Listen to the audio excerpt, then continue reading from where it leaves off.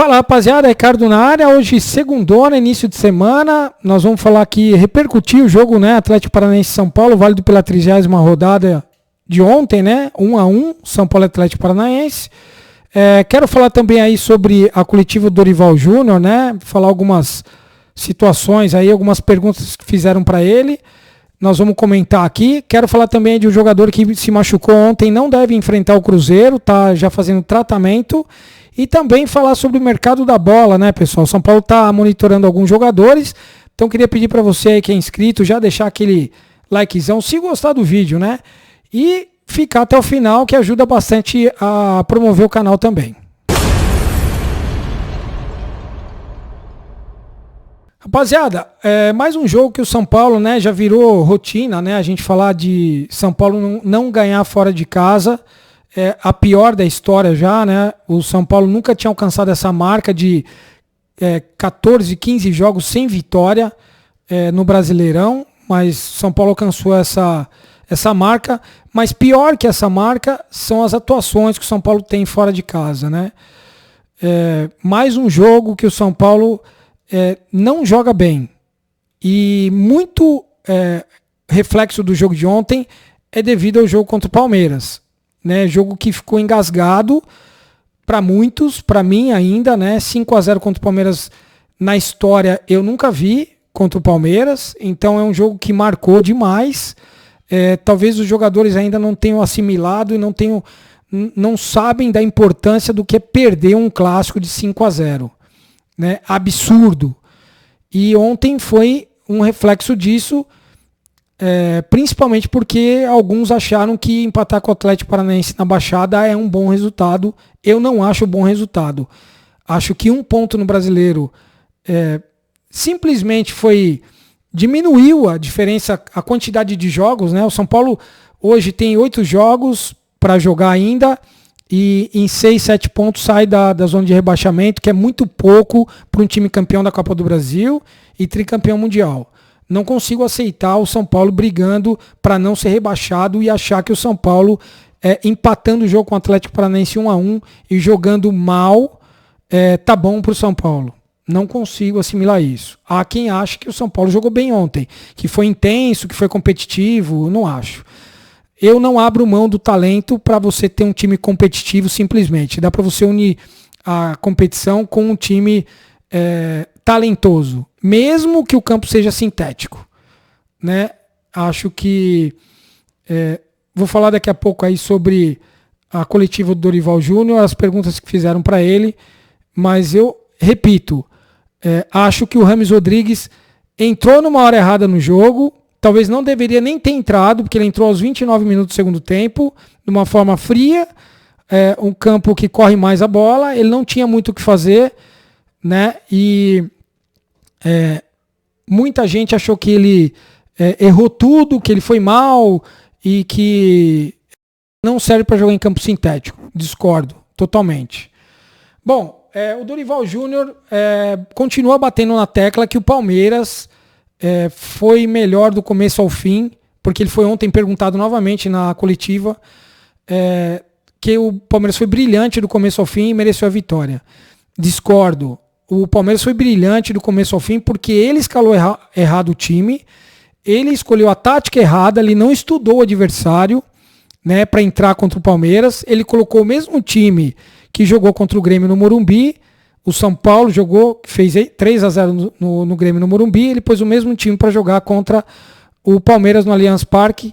A única diferença foi o Pablo Maia com o Gabriel Neves. Pablo Maia, repito, não é nenhum fora de série. É um excelente marcador, um excelente jogador, mas não é um jogador que vira resultado. Ele pode ajudar ali na marcação, mas não é um jogador que vai virar resultado, né? O dia que o Pablo Maia ficar sendo o melhor em campo, né, todos os jogos, tem coisa errada no São Paulo. Não dá para um volante ser melhor em campo todos os jogos, né? Não dá. Então, o Dorival escolheu mal a equipe, colocou o Gabriel Neves como primeiro volante. O Gabriel Neves, quando joga como primeiro volante, tem que ter um outro jogador marcando junto com ele, senão não funciona. Por isso que ele joga de segundo volante. Aí o Rames Rodrigues junto com ele abriu esse buraco todo. Não tinha marcação nas alas do Palmeiras. Enfim, Ontem o Dorival armou um time para empatar com o Atlético Paranaense, né? O São Paulo, ele colocou o Wellington na esquerda, que tem mais velocidade que o Caio Paulista, e colocou o Natan, que é forte, do lado ali, né? Para marcar o Canóbio, que também tem velocidade.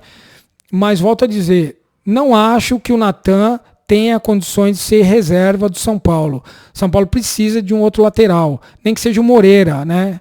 O problema é que o Moreira não joga nunca. Mas São Paulo precisa de um outro lateral porque o Natan é muito limitado. Muito limitado. Ele tem força física, ele corre muito, mas não tem condições de ser um jogador. Para quem já viu o Cicinho jogar, Cafu, Zé Teodoro, não dá o Natan, né, velho? Não dá, né? Os tempos são outros, mas não dá para engolir o Natan. Não, sou torcedor, comentarista, mas não gosto de, não queimo o jogador. Não sou comentarista queimador de jogador, mas acho que o Natan não tem condições de ser reserva do Rafinha. Diferente do Diego Costa. Diego Costa foi mal ontem, mas teve atuações excelentes pelo São Paulo.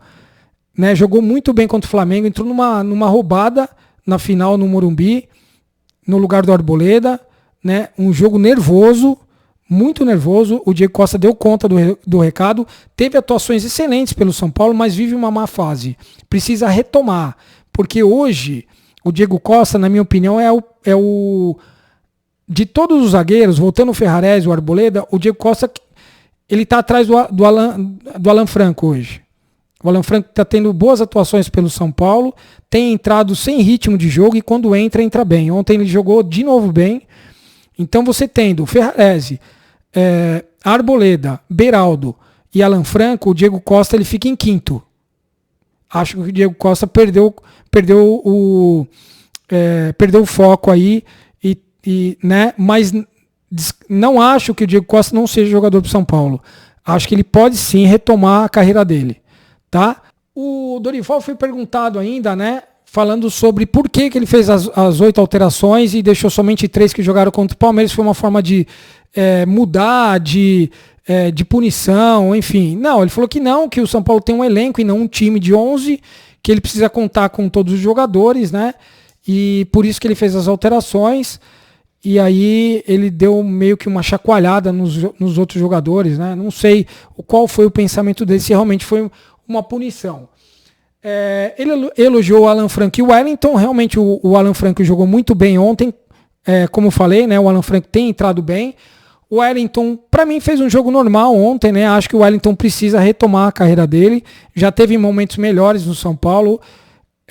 Repito, acho que o Wellington corre muito e precisava pensar um pouco mais o jogo.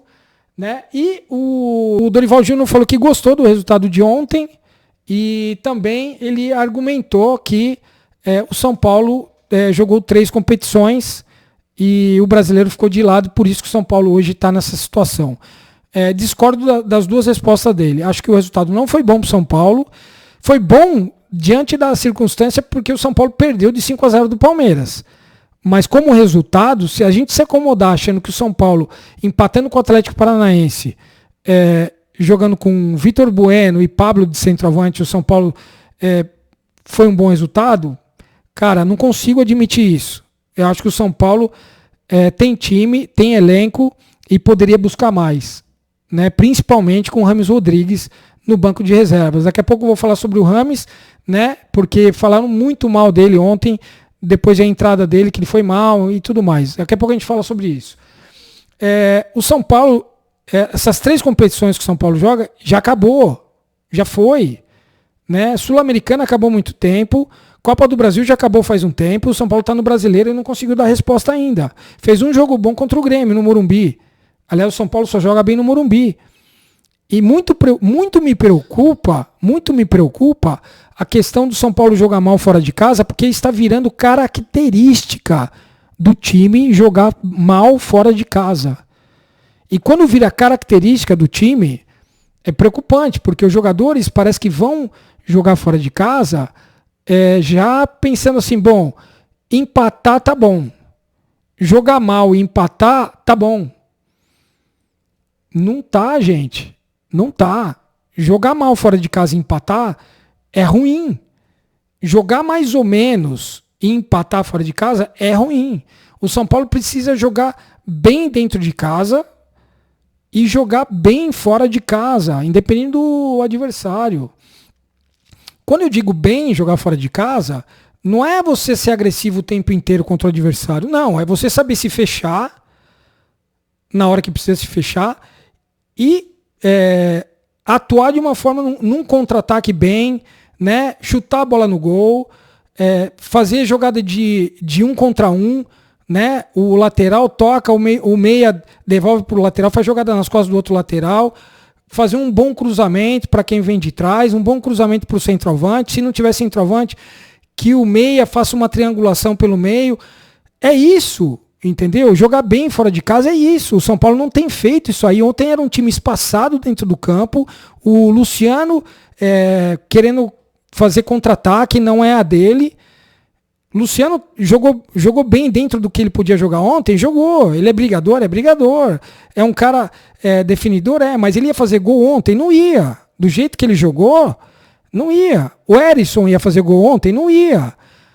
O Erisson jogou mal ontem? Não jogou mal, mas centroavante, jogar do jeito que ele jogou não dá. Então, assim, o São Paulo jogou mal. Longe do que o São Paulo poderia apresentar. Longe. E quando eu falo que o jogador de talento não pode ficar fora, independe do campo, porque há quem diga que o Rames não pode jogar em campo sintético. Como assim não pode jogar em campo sintético? Claro que pode jogar em campo sintético. Ele jogou pela Colômbia 2 jogos, um dentro e um fora de casa.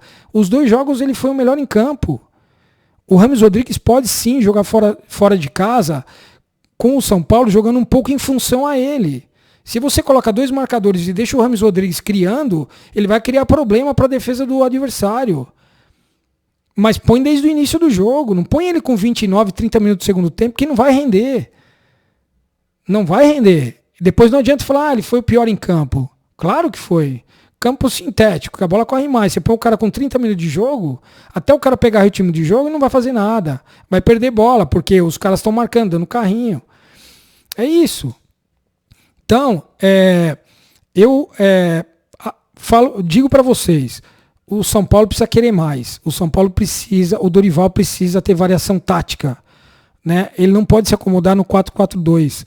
Achar que o São Paulo tem ali um primeiro volante, segundo volante, 2 alas que, né? O Rafinha não é um jogador construtor, não é um jogador que vai para a linha de fundo, faz a dele ali, né? Eu vou colocar o Caio, quando não der eu ponho o Wellington, mas eu seguro e tal. O São Paulo precisa de mais. Precisa ter variação tática. Ele poderia, por exemplo, jogar com 3 zagueiros, né? Ferrarese, Arboleda e Beraldo, ou o Alan Franco, fazendo um rodízio ali. Você libera 2 alas, 2 atacantes jogando pela ala, como jogou o Atlético Paranaense ontem, ou como joga o Palmeiras. Você tem uma variação tática, né? O Abel Ferreira faz muito bem isso aí. O Dorival precisa criar isso. Senão o São Paulo vai ficar manjado, um time pragmático. O São Paulo ganhou a Copa do Brasil, mas não quer dizer que o São Paulo pode ser campeão de novo com esse estilo de jogo do Dorival. Ele precisa criar variações táticas. E quando a gente fala variações táticas, não precisa de um monte de variação tática. Tendo uma, você já muda o estilo de jogo durante o jogo. Tá no 4-4-2, põe no 3-5-2, 3-4-3. Você já cria problema para o adversário, né? O São Paulo tem jogadores para isso. Dá para fazer isso aí. Dá para o Dorival utilizar aí finalzinho do campeonato para mudar alguma coisa. O Muricy utilizou muito o 3-4-3, o 3-5-2 e foi campeão brasileiro nesse estilo, com 3 zagueiros. O Dorival não pode sentar nesse 4-4-2 aí, achando que o São Paulo só tem esse tipo de jogada. Perigoso isso aí. Final do ano, a gente quer que o Dorival fique para 2024, dá continuidade, acha ele um bom treinador, mas precisa levantar os prós e contras, né? Ele precisa se fazer reuniões e conversar sobre isso aí. Comissão técnica, Dorival, precisa criar diferentes táticas ou treinar uma tática diferente para o São Paulo poder ter isso aí durante os jogos, senão vai complicar 2024. Vai ter o São Paulo contra o Bragantino, ó, dia 8 de novembro. São Paulo não vai mandar o jogo, tá, no Morumbi, não vai poder mandar o jogo no Morumbi. Tá cotado a Vila Belmiro contra o Bragantino, porque vai ter dois shows internacionais no Morumbi, vão começar a construir lá o palco, né? Então o São Paulo não vai mandar o jogo no Morumbi no dia 8 de novembro, jogo que vai ser provavelmente na Vila Belmiro, beleza? Pessoal, falando sobre grama sintética, né? Foi levantado muitas ideias aí do campo do Palmeiras, do campo do Atlético Paranaense. Realmente não adianta o Dorival ir lá e reclamar, falar que a grama sintética atrapalha, que isso e aquilo, que precisa alguém levantar essa ideia ali, alguém, diretor de algum clube ou do São Paulo, sei lá, e levar isso aí para a CBF, levar isso aí para os outros clubes aí e levantar um movimento e acabar com essa grama sintética, né? Muitos jogadores já se machucaram, jogadores do São Paulo mesmo, e é uma vantagem que outro time tem, né? A gente fala tanto de altitude, mas a grama sintética sim é um problema. Não é porque o São Paulo perdeu lá, o São Paulo já ganhou do Palmeiras, já ganhou do Atlético Paranaense na Baixada, mas é um gramado que não tem cabimento você querer, né, colocar no seu campo, no seu estádio, esse tipo de gramado aí, porque senão todo mundo vai acabar fazendo isso aí e não vai ser vantagem para ninguém, vai dar problema. Então precisa cortar esse mal pela raiz, né? Não repito, porque o São Paulo perdeu, mas acho que isso aí precisa acabar no futebol brasileiro, precisa mudar isso aí. Vamos falar aqui do mercado da bola, pessoal. Jogadores aí que o São Paulo tem monitorado, né? São 4 jogadores, eu vou falar aqui. O Douglas Costa é um jogador que está livre no mercado. São Paulo está sim de olho nele, né? É um jogador aí de 33 anos. São Paulo já tentou algumas vezes o Douglas Costa, não deu certo. Não sei se seria uma boa o Douglas Costa vir para o São Paulo. O lugar que ele joga no campo, já está vindo um jogador do Ceará, que é o Eric, né? Acho que o Douglas Costa não acrescentaria nada para o São Paulo, mas o Dorival abriu as portas para ele, o São Paulo está monitorando. Não sei qual a ideia de vocês, o que vocês acham do Douglas Costa no São Paulo, né? Acho que ele não agregaria hoje no São Paulo, não deu certo em outros clubes aí. Ferreirinha do Grêmio é outro jogador que o São Paulo está monitorando. O Grêmio parece que vai topar negociar ele, né? Não vai dar de graça. O contrato dele vai até junho de 2024, está próximo de terminar, né? Dezembro de 2024, podendo assinar um contrato em junho de 2024, e o Grêmio parece que topa negociá-lo já em janeiro. Não sei, o Ferreirinha, ele tem altos e baixos no Grêmio, né? Ele joga bem alguns jogos, outros jogos ele não joga bem. Talvez seria um jogador bom para compor elenco, né? O São Paulo que precisa de um jogador de beirada que joga ali na esquerda, né? Provavelmente o David não fique no São Paulo. Talvez o Ferreirinha seria uma saída. Outro jogador aí que o São Paulo tem monitorado é o Pedro Henrique. Tem 1,81 m, 33 anos, do Grêmio. É um jogador aí do Grêmio não, do Internacional de Porto Alegre, desculpa. Ele tem contrato aí, ó, até junho de 2024. Até junho de 2024. E o São Paulo tá de olho nele também. Acho ele um bom jogador também, mas na mesma situação do Ferreirinha. É um jogador que vem aí também para compor elenco. Pode ser útil para o São Paulo. O São Paulo que, né, tá correndo atrás de um jogador aí. Acho que o Caio Mateus, da base, pode ser trabalhado aí pelo Dorival. Ele que voltou agora de cirurgia, já começou a atuar no Sub-20 ali. Né, o Caio Mateus o Dorival precisa acelerar ali ele no profissional. Mas tem aí o Pedro Henrique, o Ferreirinha. O Cebolinha corre por fora, porque o Cebolinha é muito caro, né, galera? O Flamengo pagou muito caro por ele. Ele tem um valor de mercado muito alto aí, ainda tem contrato longo com o Flamengo. Acho difícil o Cebolinha. Seria uma boa para o São Paulo. Eu acho o Cebolinha um bom jogador. De todos esses aí que eu falei, acho que o Cebolinha seria o melhor para o São Paulo. Jogador rápido, ele corta bem para dentro, né? Bate bem no gol. Gostaria de ver o Cebolinha do São Paulo, mas acho que de todos esses aí, o mais difícil é o Cebolinha. É isso aí. Ferreirinha, Pedro Henrique, Douglas Costa e o Cebolinha aí correndo por fora. O São Paulo tem monitorado esses jogadores. A gente já falou aqui, São Paulo precisa se reforçar, não pode terminar o ano aí sem esse planejamento. Repito, Lucas é prioridade para o São Paulo, mas não pode ser a única prioridade para o São Paulo. São Paulo que já deve ter um projeto aí, parece que semana que vem senta para conversar com o Lucas. É obrigação do São Paulo convencer o Lucas a ficar através de um bom projeto, né? E o São Paulo precisa reforçar esse elenco aí, precisa de mais um volante, né? Já falei em alguns vídeos aqui. Sabemos que o Pablo Maia é o grande marcador do São Paulo hoje, principalmente porque o Luan não joga, mas não existe só o Pablo Maia, né? O São Paulo precisa de um outro jogador, mesmo que seja de outra característica, mas que seja um bom volante, né? Existem algumas opções no mercado brasileiro aí, tem o América Mineiro aí, né? Que vai cair, tem jogadores bons ali. De repente, São Paulo, o Dorival não coloca o Mendes para jogar. O São Paulo precisa se desfazer do Mendes, já que para o Dorival o Mendes é um jogador que atua somente em algumas faixas do campo e para ele não interessa, porque o Pablo Maia ele atua no campo inteiro, então é por isso que o Dorival gosta dele, né? O Michel Araújo tem atuado como segundo volante, ele vai utilizar mais o Michel Araújo como segundo volante no lugar do Alisson. Aliás, o Alisson não joga quinta-feira, hein, pessoal? Né? Se machucou, tá com problema na coxa, se machucou ontem, tá em tratamento, provavelmente não joga contra o Cruzeiro.